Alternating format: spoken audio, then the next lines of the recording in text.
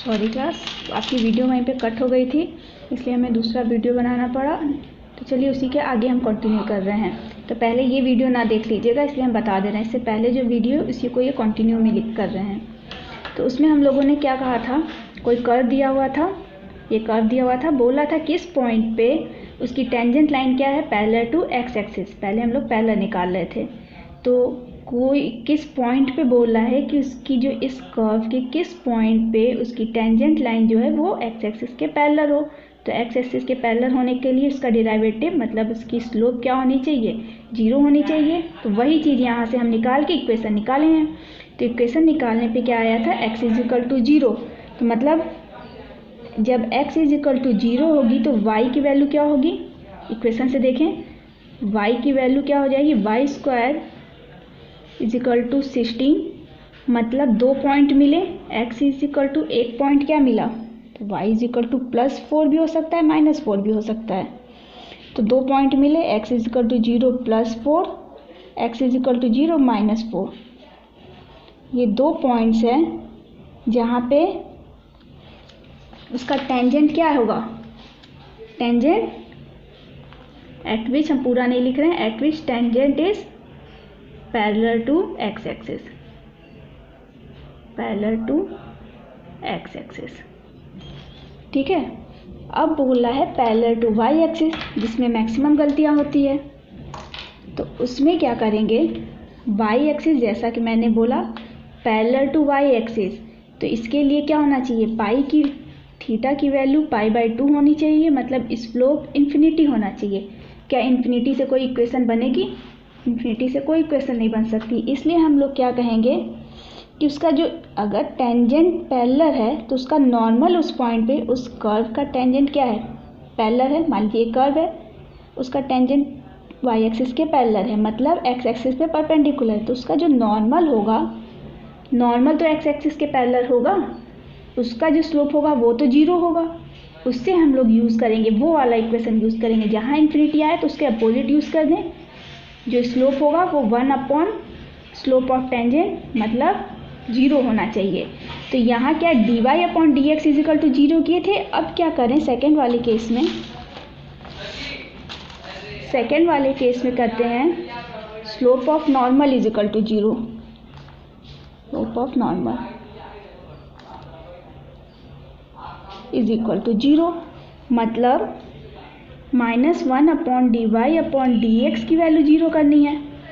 तो जब हम ये वाला इक्वेशन निकालेंगे -1/dy/dx, तो इसकी वैल्यू 0 करनी है। तो इसका मतलब dy/dx जब पुट करेंगे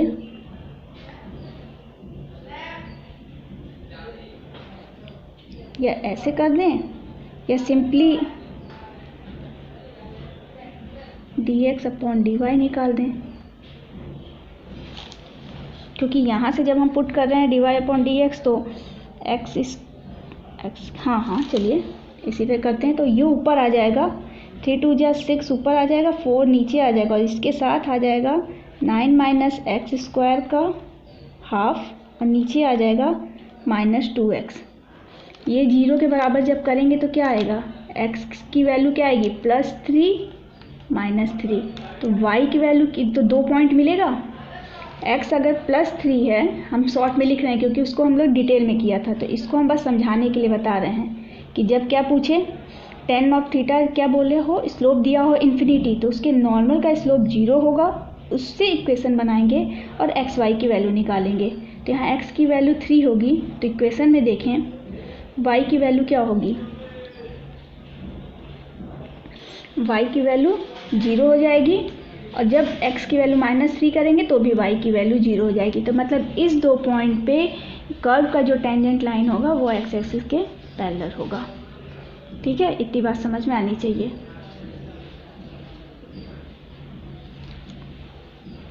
चलिए इक्वेशन अब दूसरा करते हैं। एक चीज़ को मैंने 2 बार रिपीट कर दिया है, अब और नहीं रिपीट करेंगे। एक इक्वेशन ये देख लें, ये कह रहा है कोई कर्व दिया हुआ है, कर्व क्या है पहले कर्व लिखते हैं, y = x² - 2x + 7 बोल रहा है उसके टेंजेंट लाइन का इक्वेशन बताइए। फर्स्ट वाला सॉल्व कर रहे हैं, जब उसकी टेंजेंट लाइन इस लाइन के पैरेलल हो, 2x minus Y plus 9 is equal to 0, इसके पैरेलल हो। तो हमने क्या बताया अभी कि कोई भी लाइन, टेंजेंट लाइन में छोड़ दीजिए, कोई भी लाइन का इक्वेशन के लिए हमें क्या चाहिए, एक पॉइंट चाहिए और उसका स्लोप चाहिए। तो पॉइंट और स्लोप यहाँ कुछ नहीं दिया हुआ, एक कंडीशन दी हुई है, पहले उससे हम लोग देख लें कि उसका स्लोप इस लाइन के पैरेलल है, तो मतलब उसका स्लोप मिल गया। इस लाइन के पैरेलल है तो स्लोप इसका क्या है, इस लाइन का स्लोप पहले निकालें। अगर देखें इसको हम लोग लिखें y के फॉर्म में, y is equal to 2x plus 9 लिख सकते हैं। तो y is equal to M X plus C का फॉर्म आया, y is equal to M X plus C. अगर ऐसे ना समझ में आए तो dy अपॉन डी एक्स करके निकाल लीजिएगा, स्लोप वही बताता है ना। तो यहाँ से स्लोप कंपेयर करें तो 2 आ जाएगा। ठीक है, तो हमें m की वैल्यू मिल गई। अब पॉइंट की वैल्यू चाहिए। अब पॉइंट की वैल्यू क्या करें, इससे dy अपॉन डी एक्स निकालें। अब इस वाली इक्वेशन से वहाँ 2 पुट करके x और y की वैल्यू निकाल लेते हैं, मतलब x नॉट y नॉट की। तो now y is equal to X square minus 2x plus 7। यहाँ से स्लोप की वैल्यू क्या आएगी, dy अपॉन डी एक्स। यहाँ बस यहाँ डायरेक्ट लिख देता है स्लोप की वैल्यू 2 है, तो भी बात अलग होती। हर इक्वेशन में लिख रहा था कि स्लोप की वैल्यू 2 है। टेंजेंट लाइन बताइए जिसकी स्लोप की वैल्यू 2 है। तो यहाँ क्या किया, इसके पैरेलल है, तो वो वाला कॉन्सेप्ट याद रखेंगे कि कोई लाइन के पैरेलल है तो मतलब उसका स्लोप सेम होगा। तो dy अपॉन डी एक्स की value 2 time of x minus 2 हो जाएगी, first second. From first and second हम लोग क्या कह सकते हैं, 2x minus 2 is equal to 2 होगी स्लोप की वैल्यू। तो x की वैल्यू क्या आएगी, ये इधर जाएगा 4, 2 हो जाएगी।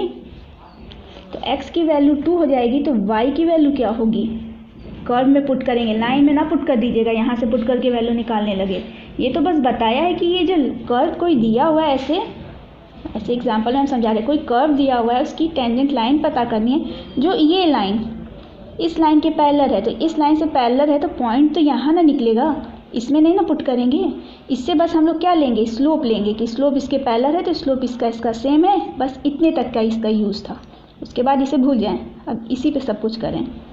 तो अगर x इज इक्वल टू 2 पे स्लोप की वैल्यू 2 आ रही है, तो y की वैल्यू क्या होगी, वैल्यू पुट कर दें। 2 2 जा 4 माइनस 2 2 जा 4 प्लस 7, मतलब y इज इक्वल टू 7। तो 2 और 7 आ गई और m की वैल्यू क्या हुई है, 2 है। तो इक्वेशन ऑफ लाइन लिखें, y minus 7 is equal to 2 time of x minus 2, मतलब क्या आई, y इज माइनस 2x और ये 2 2 जा 4 था, इधर गया तो माइनस 3 इज इक्वल टू 0। ये इक्वेशन ऑफ लाइन आ गई। कौन सी लाइन, किस टेंजेंट लाइन, जब वो वाली टेंजेंट लाइन जो इस लाइन के पैरेलल है। घुमा फिरा के बात वही पूछा, तो ये दोनों इसके पैरेलल है, तो इससे स्लोप हम लोगों ने इक्वल कर दिया और इक्वल करके फिर इसका स्लोप किसके बराबर लिख दिया, 2 के बराबर लिख के इक्वेशन से एक्स वाई की वैल्यू निकाल लिए, एक्स नॉट वाई नॉट के, और इक्वेशन ऑफ लाइन आराम से लिख लिया। सेकेंड में हम हिंट दे रहे हैं, नहीं कर ही दे रहे हैं। ये कह रहा है 5y minus 15x is equal to 13। इस लाइन, ये जो लाइन दी हुई है इसके परपेंडिकुलर है, इसके परपेंडिकुलर है, तो मतलब इसका जो स्लोप होगा उसका माइनस करके उल्टा कर देंगे, तो जो लाइन आ रही है उसका स्लोप आ जाएगा। तो इस हियर ये देखो, इस लाइन का पहले लिखें, इस लाइन का स्लोप क्या है, कंपेयर करें इसको। हम लोग अगर y के फॉर्म में लिखें तो y इज इक्वल टू 5 3 जा 5 से डिवाइड करें तो 3x प्लस 13 अपॉन 5। तो y is equal to M X plus C की फॉर्म आया, स्लोप क्या हो गई, 3 हो गई। तो इसके परपेंडिकुलर है, देयरफॉर सिंस टेंजेंट लाइन क्या है, perpendicular, therefore slope is equal to -1/3। Normal का स्लोप क्या होता है, अगर एक बार और रिपीट कर दे रहे हैं, नहीं दिखा होगा कि इस लाइन का स्लोप 3 है, तो टेंजेंट लाइन जो हमें चाहिए वो इस पर लाइन के परपेंडिकुलर है, तो मतलब उसका जो टेंजेंट लाइन जो है उसका स्लोप क्या होगा, माइनस लगा के उल्टा कर देते हैं, फ्रैक्शन में नीचे ले आ देंगे, -1/3। अब हमें स्लोप पता चल गया। Equation of line dy/dx from equation 2 से 2x - 2 की वैल्यू क्या आई, -1/3, वैल्यू पुट करें, 2x = 2 इधर गया तो 3 × 2 = 6, 6 - 1 5/3,